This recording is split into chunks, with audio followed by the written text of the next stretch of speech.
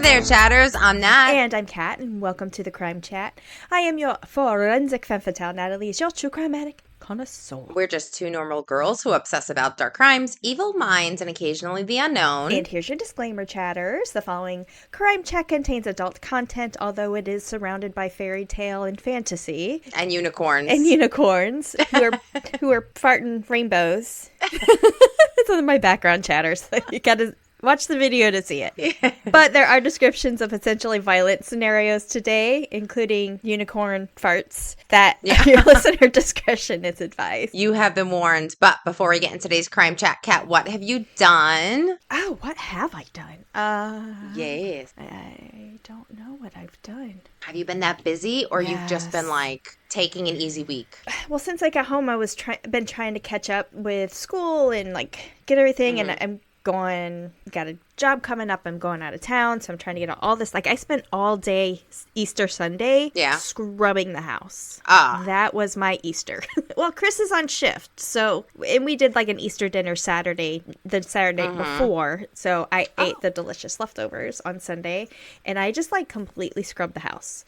So yay. Last episode of The Ones Who Live came out, but I haven't seen it yet because Chris is at work. So I didn't realize it was only like 6 episodes. Unless they're going to do like the traditional Walking Dead where like they release half the season and then the other half of the season. Because I know, I guess Dead City and Daryl Dixon were around like 6 episodes each, I guess, But I've been trying to avoid social media because I don't want to be spoiled. So I did try to watch this one thing, kind of keep it on the background while I was cleaning on Sunday. Right. But I try it. It's from Shudder, but you get it with the AMC Plus subscription.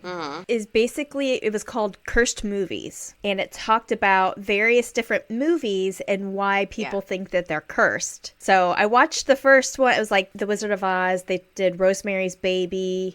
There was another one called The Stalker, which I guess was made in Russia. I kind of started cleaning and stuff after that, and then I ended up turning it off. But it was pretty good. So I guess I did watch a little something. There is a cursed movie out there. Apparently, people were poisoned in the movie theater. Apparently, if you watch it, somebody you know will die. That's like the thing. Oh, okay. I watched like the opening credits. I'm like, fuck this. No, I can't. Not worth it. No. Not worth it. But have you watched anything or caught up on anything? How was your Easter? It was good. A lot of meat. Good. A lot of meat. I made mashed potatoes. I mixed in roasted garlic. Made this enormous piece of meat. But instead of doing the rotisserie, we ended up doing a reverse sear. Oh, yeah. I was nervous. It turned out good? It turns out amazing, but like at the end, you have to put your oven on 500 degrees. I was like, oh shit, the house is going to burn down. Everything's fine. We're okay. It's fine. Everything's fine. Other than that, I watched a documentary called Quiet on Set. Oh, okay. And I recommend that you see it, but you're probably going to throw something at the TV. Oh. Is that the one with the kids? Yeah. Okay. I did see that pop up, and I was like, I don't know how. Like the 90s television, 90s kids. But other than that, I researched this story, got some updates. This isn't really a story. We're just going to highlight the inspiration behind a lot of Disney's fairy tales. We're going to go into the Grimm brothers, talk about their life a little bit. Okay. We're going to discuss one of the darkest story that they ever that came out with, and then we're going to go into a story even darker. So, yay. 50 Shades of Dark Disney. Well, before you get into that, I'm not too sure like of everything and all the details and stuff that you're going to get into, but I was thinking I would bring up some facts that you may or may not know about the princesses in the Disney movies. Ooh, okay. So number 1, Cinderella was Walt Disney's favorite princess. Eileen Woods, who voiced the character of Cinderella, remembered that Walt Disney said to her, quote, "You're my favorite heroine, you know," end quote. And she said, quote, "You mean Cinderella?" End quote. And he said, "Yes, there's something about that story I associate with." Which is interesting, knowing some of his personal, like, why he would associate so much with Cinderella. I don't know, maybe... I don't know. Yeah, that's interesting, because he had women issues, and he did build her a castle right smack in the center of Disney World. He did. Well, I'll talk about the castle here in a second. Oh, cool. So number 2, Anna from Frozen, is the only Disney princess who has a duet with a villain. Boo, Hans, Ooh. boo. Number 3 is Sleeping Beauty only has 18 lines in the entire movie. It kind of makes sense that Aurora has a few numbers of lines because she is asleep for the portion of the movie, like which is the whole gist of the movie, right? Right. Beauty, number 4, Beauty and the Beast. Belle is the only person in her town who wears blue. This was done to show that she was an outsider among the townspeople. Okay. Number 5, Cinderella's shoe size is 4.5. You know, Disney and their feet sizes. Yeah.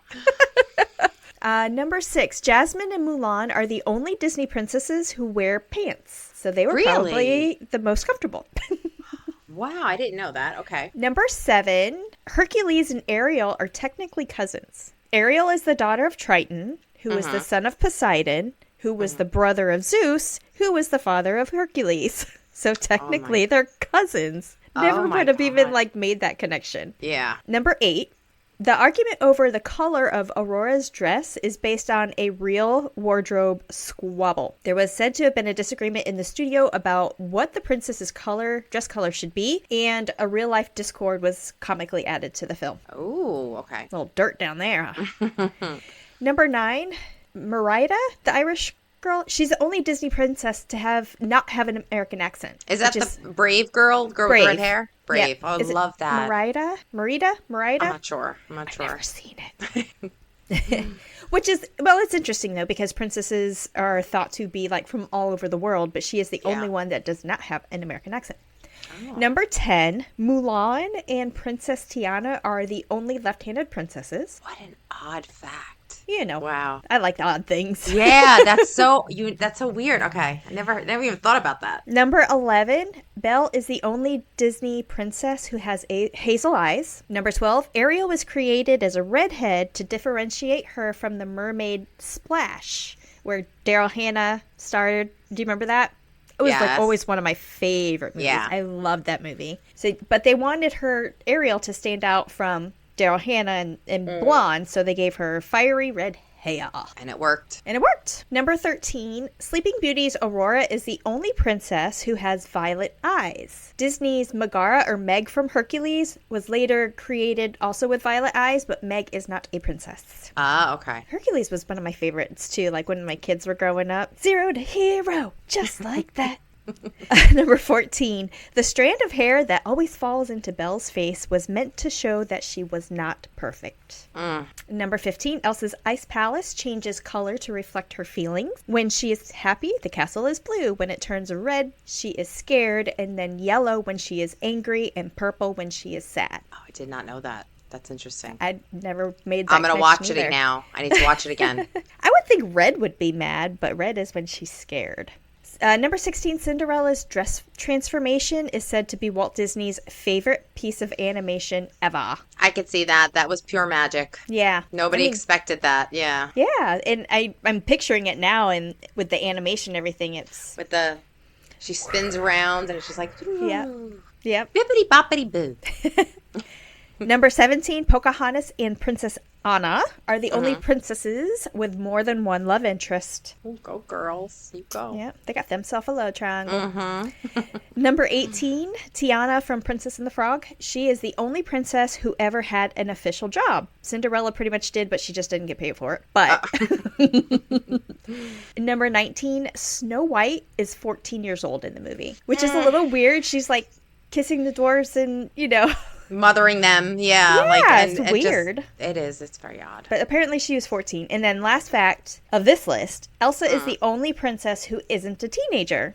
Before becoming queen, she was 21 at the time of her coronation. All the other princesses are teenagers. Right. I like apparently Elsa. Down to 14. So I hope this sets you up. It was something just a little unique. I didn't know exactly what you were going over. But I hope it helps. Yes. First, we're going to start off with some news, current events. Yes. DeSantis won. Really? Yes. Wow. Florida reigned victory over Disney 2 days ago. Wow. So the outcome of the court case between Florida and Disney resulted in a victory for the state. The governor Governor. successfully revoked the special tourism district status that Disney had effectively controlled for over 5 decades. As a result, Disney agreed to settle. So they knew they weren't going to win, and they were losing a lot of money. Yeah. So the board of the Central Florida Tourism Oversight District, which governs Disney parks in Florida, unanimously accepted the settlement. They were like, "Yep." And you know what? Fine. When I think about it, I'm starting to see like maybe they did have a little too much control in that huge part of Florida. Yeah. Maybe people will start dying at Disney now. Girl, scandalous. So, like I said before, after I watched the Quiet on Set, which highlighted Nickelodeon, it also, like, I started thinking about the Disney aspect of this. And there's an actor, his name is Bobby Driscoll. Have you ever heard of Bobby Driscoll? The name sounds familiar. He's pretty famous. So, like, he was the original voice of Peter Pan. He was... Okay. The cartoon image is actually from his image. Was he a child at the time? Yeah, he was 6. Okay. Actually, okay. 5 when he started. Oh, he's so cute. Isn't he absolutely adorable? You could see. Oh my gosh. So yeah, you could see like he would be Peter Pan. He would be Peter Pan, yeah. So he also played in the movie that is no longer allowed to be shown to the public, which is Song of the South, which was Oh yeah, that was racial. very racist. Yeah. And then the next one he was in that he's known for is So Dear to My Heart. That was also in 1949.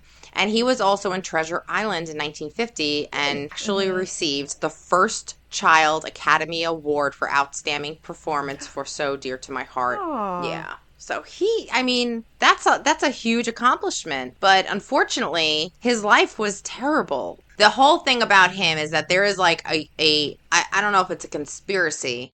After he started growing up a little bit, Disney lost interest in him and they kind of kicked him out. And back then, actors didn't have royalties or anything like that. So he was basically out. This was before he was 15. On YouTube, you can look up a documentary called The Lost Boy. It's about his life, and it also goes into the speculation that Disney may have had like a relationship with this little boy. And once he got too old, Disney kind of kicked him out. We don't know, that's alleged, but I wonder if that's in the the Cursed movie series from Shudder. What? I'll have to look. Maybe the series that I was telling you I watched, Cursed Movies. Yeah. I'm wondering if like Peter Pan or something like that is in there because they did a hell of a lot for the Wizard of Oz. Let me know if they do, but you gotta check out Lost Boy. It's a really good documentary, and after you're watching it, it just breaks your heart because that was his life. Well, yeah, I mean, you're 5-6 years old when you start. Yeah. You know. He became addicted to narcotics, and then he was sentenced to prison for illicit drugs.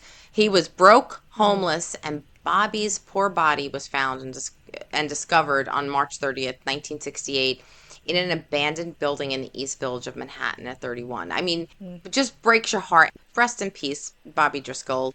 He was adorable.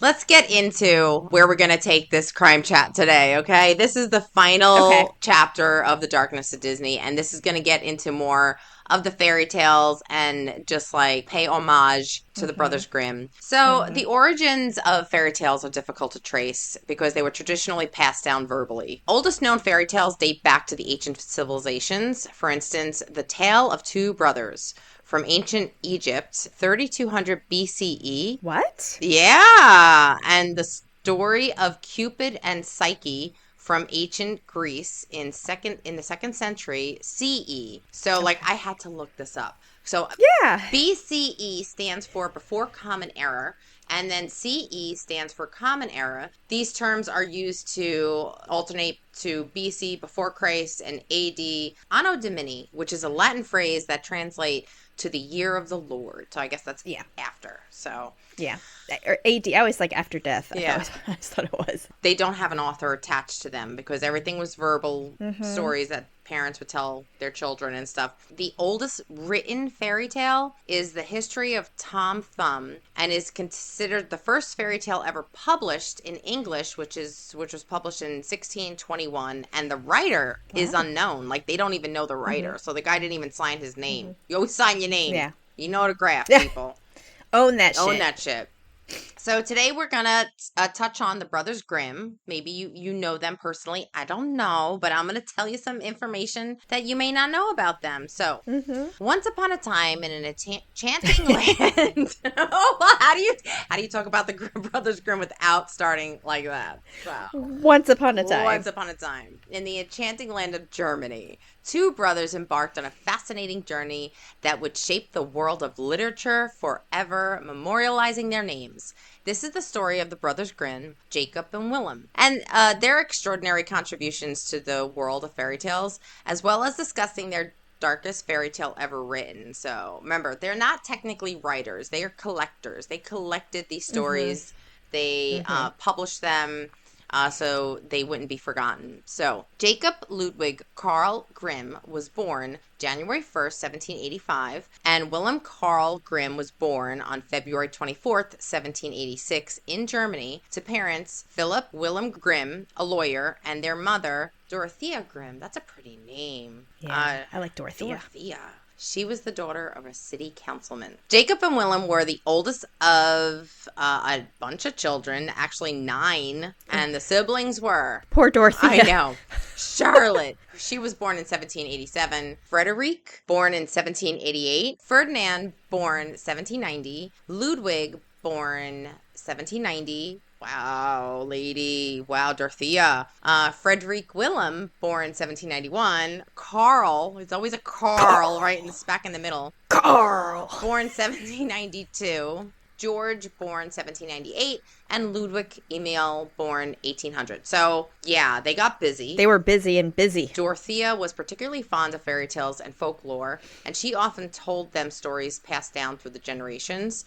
These early experiences sparked their lifelong fascination of storytelling and language. Jacob exhibited a profound intellectual curiosity from a young age. He demonstrated an appetite for learning and was deeply passionate about literature, languages, and cultural history. Jacob was also dedicated to his academic and intellectual endeavors. Jacob was skilled at interpreting text, uncovering underlining patterns and themes, and drawing connections between different linguistic and cultural phenomena. He seems like a smart cookie. Cool. Yeah, actually, we were talking, my last class was about linguistics, essentially, and we did talk about him a little bit in our class. Yeah. Well, unlike his brother, William was described as more outgoing and sociable. He had a warm and friendly demeanor, which endeared him to colleagues, friends, and acquaintances. William had a creative, imaginative mind, which fueled his fascination in storytelling and folklore. So I could see this. So, like, the brother, Jacob, was more the intellectual. William was more the creative type. So together they were a powerhouse. I was going to say they worked off of each other's strengths. Yep.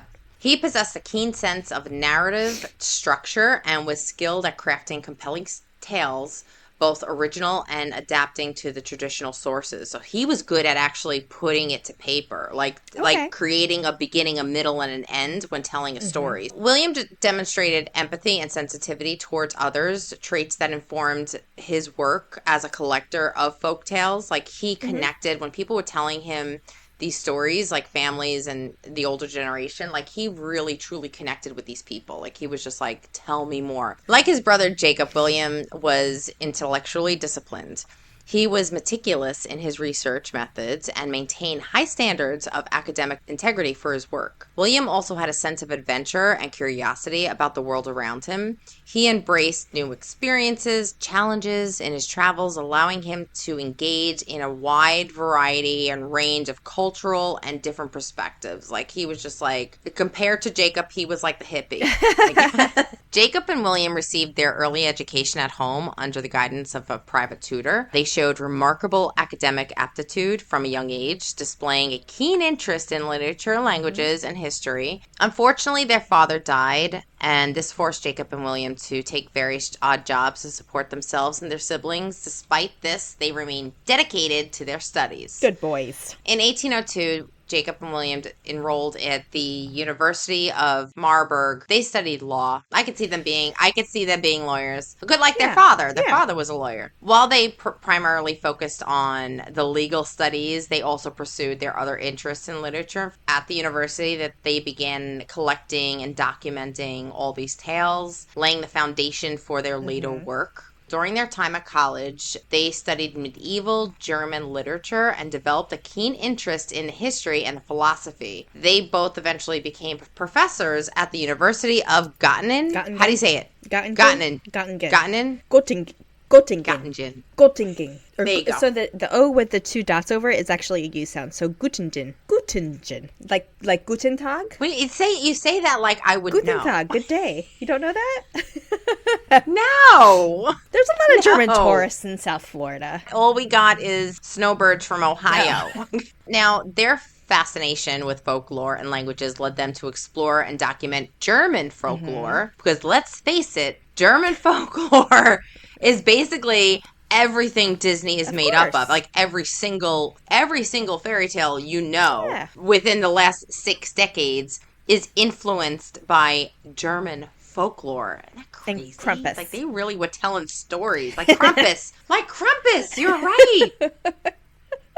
So they were traveling extensively and collecting and recording traditional tales in various regions of Germany. Their goal was to preserve the rich oral tradition that was rapidly disappearing due to the rise of industrialization. Yeah. Their efforts resulted in the compilation of over 200 fairy tales, which they meticulously researched and edited. The Grimm brothers were not only folklorists, but also linguistics. They were beginning to get a name for themselves, and in 1812, the Grimm brothers published their masterpiece, Children's and Household Tales. This iconic collection featured over 200 timeless stories, including Cinderella, Snow White, Hansel and Gretel. The publication of these tales marked a significant milestone in preservation and popularization of German folklore. Did you ever see the movie Hansel and Gretel with Jeremy Renner? He plays Hansel. I think I did. Yes, I did. Is that when they had this shady black looking shack that they were like his sister got stuck in? And yes, I love the action sequences there. Like I loved when they like. I'm okay with the redoing that one. Like make the Hansel and Gretel adult. Yeah.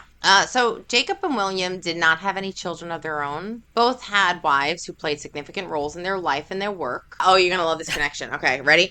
Jacob Grimm married Dorothea Wilde in 1825. She was a close childhood friend of Jacob and William. Dorothea provided them with stories such as Cinderella and Hansel and Gretel. Like she was the one that collected that. Like she was kind of like just helping out, but they took all credit for it, you know? Of course. William married Henrietta, who is Dorothea Wilde's younger sister. So they kept it in the family. They did. Like her sister, Henriette also contributed numerous fairy tales to the Grimm brothers collection. All 4 dedicated their life to folklore and language, and thank you for that. So William Grimm died on December 16th, 1859 at the age of 73 in Berlin, Germany for unknown reasons. Okay. Jacob Grimm passed away on September 20th, 1863 at the age of 78 in Berlin, Germany, and he had suffered from a long illness before death. Once again, not really sure what illness that was, but he was sick for a while.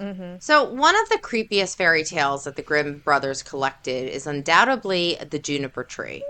It is a dark and unsettling tale that involves themes of murder, cannibalism, and resurrection. Have you ever heard of it? I've heard of a juniper tree. I don't remember this. No. It's not really that popular. It is amongst the 200 stories that they collected, and this happens to be one of the darkest ones that they collected. Cool. So, the Juniper... Well, I mean, not dark for us, because we, Crime Chat has numbed us. The darker the better. But, like, back then, it was dark. So, the Juniper Tree symbolizes strength and wisdom and beauty. It is known for its ability to survive harsh climates and grow out of rocks. I didn't know that.